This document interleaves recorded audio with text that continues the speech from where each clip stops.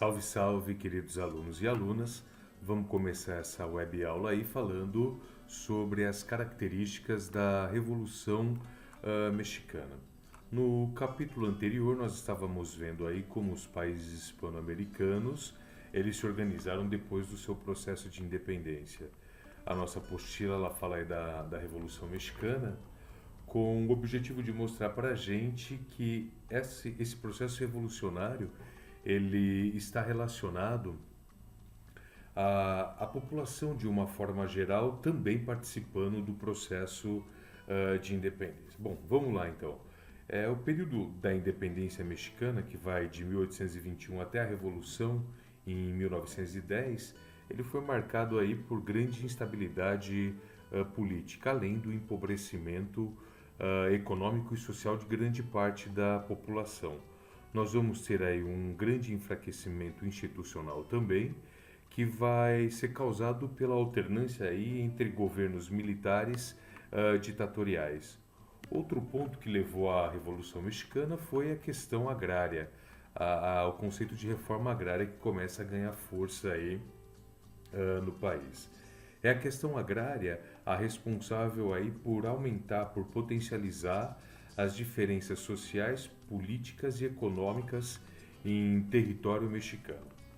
Pensando aí na Revolução Mexicana, nós não poderíamos deixar de falar do governo de Porfírio Díaz, que vai governar o país aí de 1876 a 1911 com o apoio político de grandes latifundiários, grandes donos de terra, com os quais aí Porfírio Díaz ele era conivente na questão da concentração de terras, ou seja, Porfírio Díaz ele tinha o apoio dos grandes latifundiários e, consequentemente, ele governava em benefício desses latifundiários.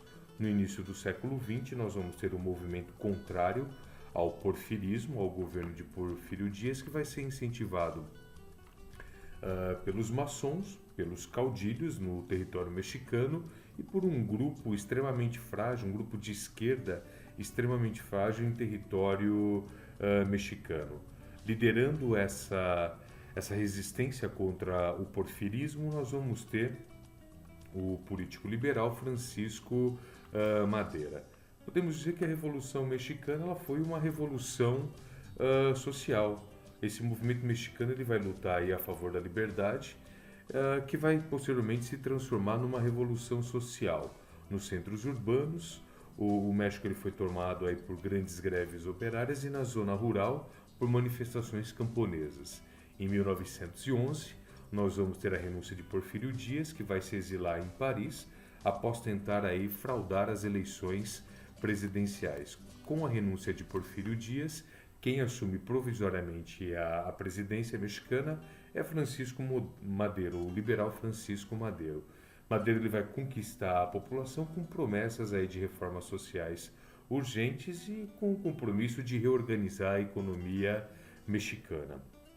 Além de Francisco Madero, nós vamos ter dois grandes líderes revolucionários que vão se destacar aí no processo revolucionário mexicano, que são Emiliano Zapata e Pancho Villa.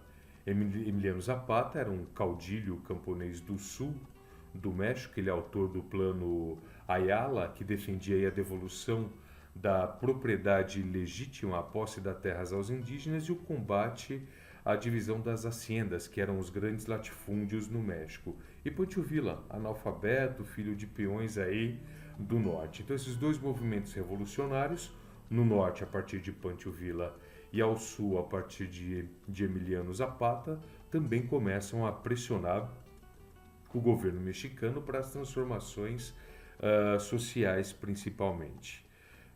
Madero ele também posteriormente ele não vai realizar as reformas que havia prometido quando ele assume o poder. Em 1913, Madero ele é assassinado a mando de Victoriano Huerta, que era o comandante do exército, que defendia aí os interesses da Inglaterra, os interesses ingleses, e com isso, com a morte aí de Madero, quem assume é Victoriano Huerta, apoiado pelo governo inglês.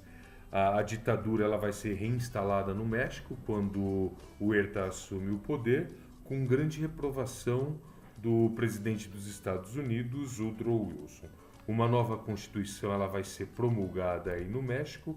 Grandes pressões populares vão levar o Huerta a renunciar em 1914 a favor de um governo aí constitucional que vai ser liderado provisoriamente por Venustiano Carranza, que vai ser apoiado aí pelos Estados Unidos. Em 1917, uma nova Constituição é promulgada. Carranza, ele vai ser eleito presidente da República, o que vai desagradar aí as camadas populares que continuavam aí lutando contra o governo central. Nós vamos ter o assassinato durante o governo de Carranza dos dois líderes revolucionários, Emiliano Zapata em 1919 e Pancho Villa em 1923, enfraquecendo esse movimento revolucionário popular. Bem, com os assassinatos de Emiliano Zapata e Pancho Villa, o México aí passa a ser governado por grandes ditadores. Nós vamos ter recentemente a criação do Exército Zapatista de Libertação Nacional, que é uma guerrilha, é um movimento de guerrilha formado principalmente por indígenas no estado mais pobre do México, que é o estado de Chiapas, ao sul aí do estado do México. O objetivo do Exército Zapatista de Libertação Nacional é defender aí os interesses coletivos e individuais dos grupos indígenas mexicanos e construir um novo modelo de nação, que inclua aí a democracia, a liberdade e a justiça como os princípios fundamentais de se fazer política.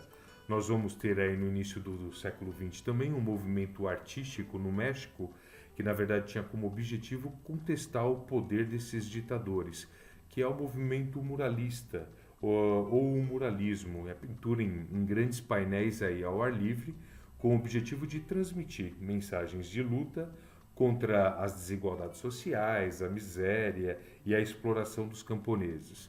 Os principais artistas desse movimento são Diego Rivera, Davi Siqueiros e José Clemente Orozco. Nós vamos ter, dentro desse movimento muralista, um episódio bastante polêmico.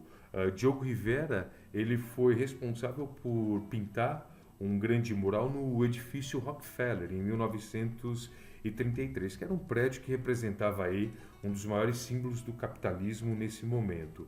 Quando termina a obra de Rivera ela vai ser destruída devido ao fato aí de que o milionário, o Rockefeller, ele se sentiu perturbado com a imagem de Karl Marx, que era representada na pintura, e Rivera se recusou aí a retirá-la.